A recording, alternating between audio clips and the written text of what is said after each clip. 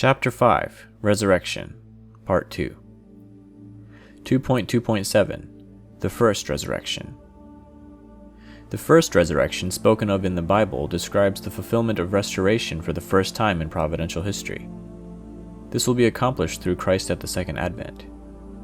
He will cleanse people of the original sin and restore them to their true original selves, enabling each to fulfill the purpose of creation. The hope of all Christians is to participate in the first resurrection. But who in fact shall participate? It will be those who are the first to believe in, serve, and follow Christ at the second advent.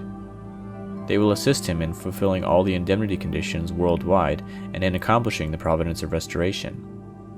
In the process, they will be the first to have their original sin removed, become divine spirits, and fulfill the purpose of creation. Next, let us investigate the meaning of the 144,000 mentioned in the Bible. In order for Christ at the second advent to complete the providence of restoration, he must find a certain number of people who can restore through indemnity the missions of all the past saints, who, despite their best efforts to do God's will, fell prey to Satan when they failed in their responsibilities. He must find these people during his lifetime and lay the foundation of victory over Satan's world. The total number of saints whom Christ of the second advent must find to accomplish this task is 144,000. In the course of God's providence of restoration, Jacob had 12 children with whom he set out on his mission to restore a family. Moses led 12 tribes in fulfilling the mission to restore a nation. If these 12 tribes were to multiply once more after the pattern of 12 tribes, they would total 144. Jesus, who came with the mission to restore the world, found 12 disciples in order to restore through indemnity, both spiritually and physically, the number 144. Yet, due to his crucifixion, Jesus was able to restore it only spiritually. Jacob had 12 sons in order to restore through indemnity in his lifetime the vertical course of 12 generations from Noah, which had been claimed by Satan. In the same way, Christ at the second advent must restore through indemnity in his lifetime, both spiritually and physically, the long providential course since the first coming of Christ, who has set up the spiritual pattern of 144 tribes. To accomplish this, he must find a required number of believers, corresponding to the number 144. 2.3. The Providence of Resurrection for Spirits. 2.3.1. The Purpose and the Way of Returning Resurrection. According to the principle of creation, the growth of the human spirit requires two kinds of nourishment: life elements received from God, and vitality elements received through give-and-take action with the physical self. Spirits can neither grow nor be resurrected apart from a physical self. Consequently, the spirits of people who died before they could reach perfection during their earthly life can be resurrected only by returning to earth and completing their unaccomplished responsibility through cooperation with earthly people. By assisting people of faith living on the earth to fulfill their missions, the spirits may complete their missions at the same time. Herein lies the meaning behind the verse which foretold that in the last days the Lord will come with his holy myriads. We call this process returning resurrection. How do spirits help people on earth fulfill the will of God? When people become receptive to spirits through prayer or other spiritual activities, the spirits descend to them to form a common base with their spirit selves and work with them. Spirits perform various works. For example, they pour spiritual fire on earthly people and give them the power to heal diseases. They help people enter states of trance and perceive the realities of the spirit world. They give people revelations and the gift of prophecy. They can also give deep inspiration to the soul. In these various works, spirits act on behalf of the Holy Spirit, guiding people on the earth to accomplish the will of God. 2.3.2. The Returning Resurrection of the Spirits of Israelites and Christians.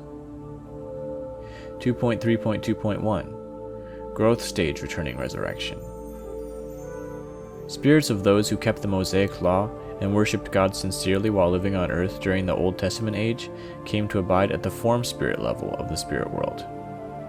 After the advent of Jesus, these spirits all returned to earth and assisted faithful people on earth to accomplish the will of God.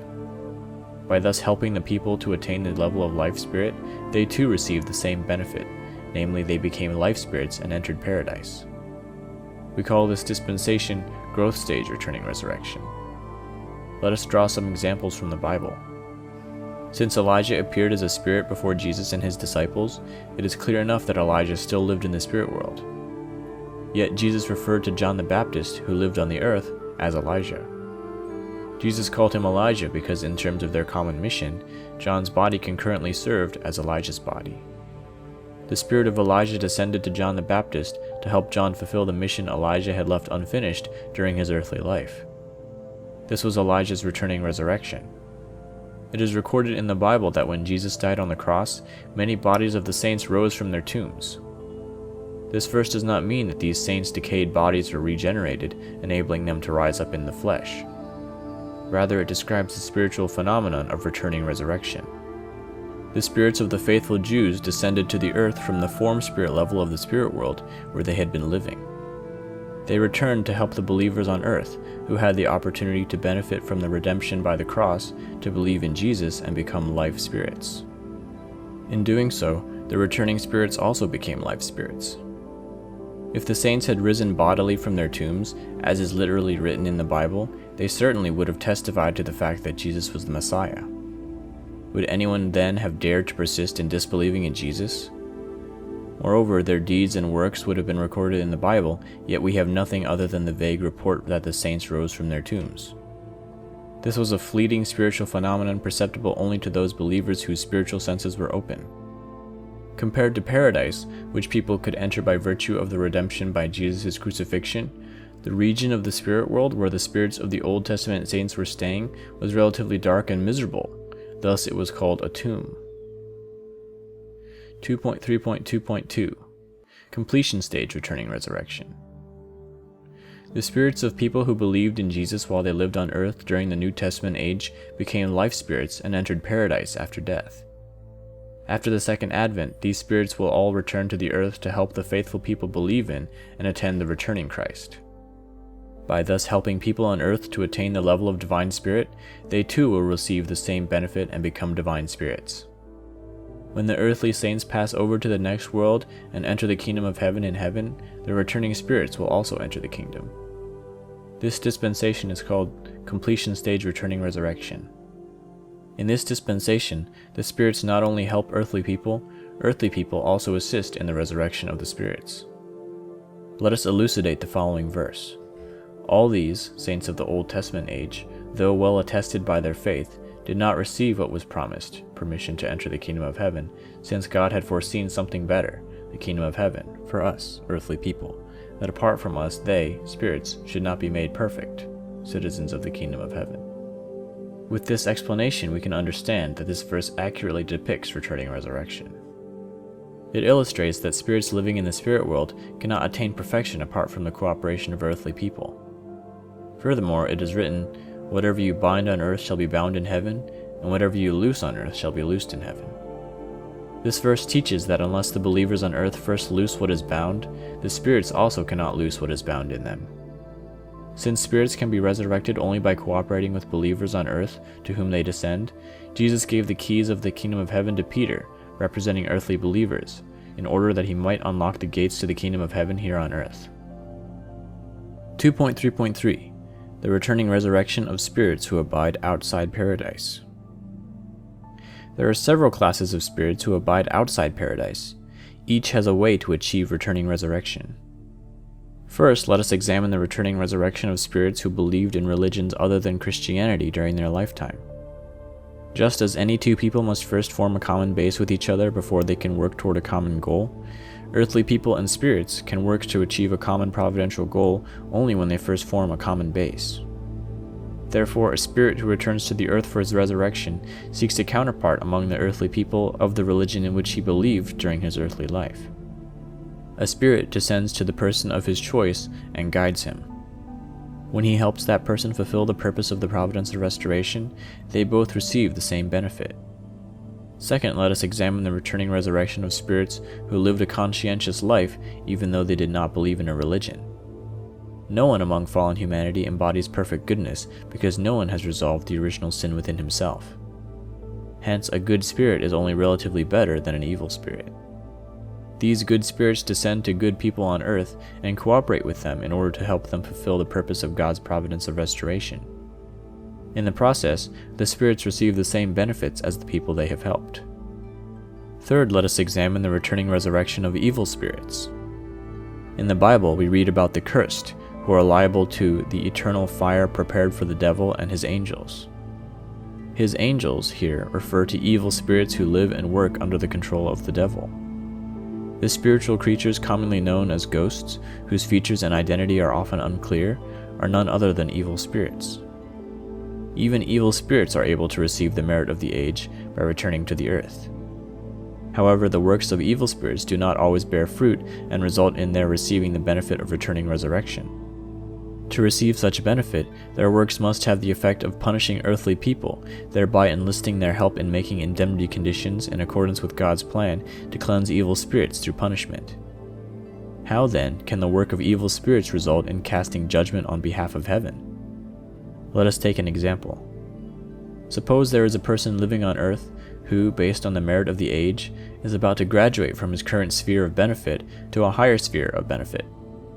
He cannot graduate to the new sphere of benefit unless he first makes some condition of indemnity to remove the sins of the past. In the case of graduating from the family sphere to the clan sphere, a person must pay the debt of sin both for himself and for the ancestors of his clan. Heaven allows evil spirits to torment him as punishment for this sin. If he willingly endures the suffering given by the evil spirits and overcomes it, he will have successfully paid the indemnity through this condition and thus be entitled to enter the higher sphere of benefit at the clan level. The evil spirits who have tormented him receive a corresponding benefit. This is the way that, based on the merit of the age, the providence of restoration expands its sphere of benefit from the family level to the clan level, the national level, and the world level. Whenever humanity is to graduate to a higher level, the person leading the providence must make a condition of indemnity to resolve the sins which he or his forefathers have committed. The works of evil spirits may help an earthly person fulfill indemnity condition to purge his sin in two different ways. First, the spirit may trouble the earthly person directly. Second, the evil spirit may descend to the spirit self of another person living on earth who is about to commit a sin comparable to the sin of the person to be punished, and work through the second person to attack him. In either case, if the earthly person gratefully and willingly suffers the work of the evil spirit, he will make the indemnity condition to purge his and his ancestors' sin. This sin will then be resolved, and he will enter the higher sphere of benefit which has become available in the new era. Thus, the works of the evil spirit will have cast judgment on the person for his sin on behalf of heaven. Consequently, the spirit will receive the same benefit as the earthly person. He too will enter the higher sphere of benefit. 2.4. The theory of reincarnation examined in light of the principle of returning resurrection. In seeking to fulfill the whole purpose of the providence of restoration, God has called upon many individuals and has apportioned to each a suitable mission. These individuals have passed down their particular missions to other individuals of similar character and circumstances, gradually fulfilling each area of mission over the long flow of history. The providence of restoration begins with an individual, expands to the family, nation, and world, and ultimately will bring restoration to all heaven and earth. Although the mission given to each individual may be only a part of the greater whole, it also unfolds according to this pattern. Each mission begins at the individual level and expands its scope to the family, nation, and world level. To take an example from the Bible, the mission begun with Abraham at the individual and family levels was passed down to Moses at the national level and to Jesus at the worldwide level. Spirits who could not complete their missions during their earthly life must return to people on earth who share the same type of mission as they had during their lifetime. When a spirit assists an earthly person to fulfill God's will, the person will fulfill not only his own mission, but also the mission of the spirit who has helped him. Hence, from the standpoint of mission, the physical self of the person concurrently serves as the physical self of the spirit. In a sense, he is the second coming of the spirit. Hence, he may sometimes be called by the Spirit's name and appear to be the reincarnation of that Spirit. In the Bible, John the Baptist was to have fulfilled the mission which Elijah left unfinished during his earthly life, since he received Elijah's assistance in carrying out his activities. Jesus called John Elijah because John's physical self concurrently served as the body of Elijah. In the last days, certain people on earth are entrusted with missions on the worldwide level. They must inherit and complete the responsibilities of all the spirits of the past who are devoted to the same field. These spirits will descend to these people and assist them in order to complete the Spirit's own unfinished work. Since the earthly people are, in a sense, the second coming of these guiding spirits, they may think that they are their reincarnation. Hence, in the last days, there are people claiming to be the second coming of Jesus, the Maitreya Buddha, Confucius, the olive tree, or the tree of life. The Hindu and Buddhist doctrines of reincarnation interpret these outward phenomena, but without the benefit of knowing the principle of returning resurrection. Section 3. The unification of religions through returning resurrection. 3.1. The unification of Christianity through returning resurrection. At the time of the Second Advent, all life spirits who dwell in paradise descend to the people on earth who, by believing and attending the Lord, can attain the level of divine spirit. By cooperating with these people to fulfill God's will for the providence of restoration, the spirits can share the same benefit and enter the kingdom of heaven. Accordingly, all the spirits will descend from paradise in that day and assist the believers on the earth. Although the time of visitation may vary according to an individual's faith, inborn nature, and the accomplishments of his ancestors for the providence, sooner or later each believer will be guided by the spirits from paradise to go before Christ at the Second Advent and devote their lives for the sake of God's will. For this reason, Christianity is destined to be united. 3.2. The unification of all other religions through returning resurrection. As explained above, all religions, which have sought the same ultimate purpose, are gradually coalescing into one cultural sphere based on Christian ideals. Christianity does not exist for its own sake, but has as its final mission the fulfillment of the purposes of all the religions in human history. Christ at the Second Advent, who is to come as the center of Christianity, is the person of the Maitreya Buddha who is to return according to the teachings of Buddhism, the true man who is awaited in the Chinese religious tradition, and the Chungdor-yong for whom many Koreans yearn. He is the central figure whose advent is expected in other religions as well. Consequently, at the second coming of Christ, all spirits who believed in religions other than Christianity during their lifetime will, like the spirits in paradise, also return to earth to be resurrected, even though the timing of their return will vary depending upon their spiritual position. These spirits must guide the earthly believers of their respective religions to Christ at the Second Advent and assist them to believe in Him and attend Him in His work to fulfill God's will. We can find a parallel example of this at the First Advent. The three wise men from the East, who were Zoroastrians, came in search of Jesus and worshipped Him at His birth. Accordingly, all religions will eventually be united around a revived Christianity. 3.3. The unification of non-religious people through returning resurrection.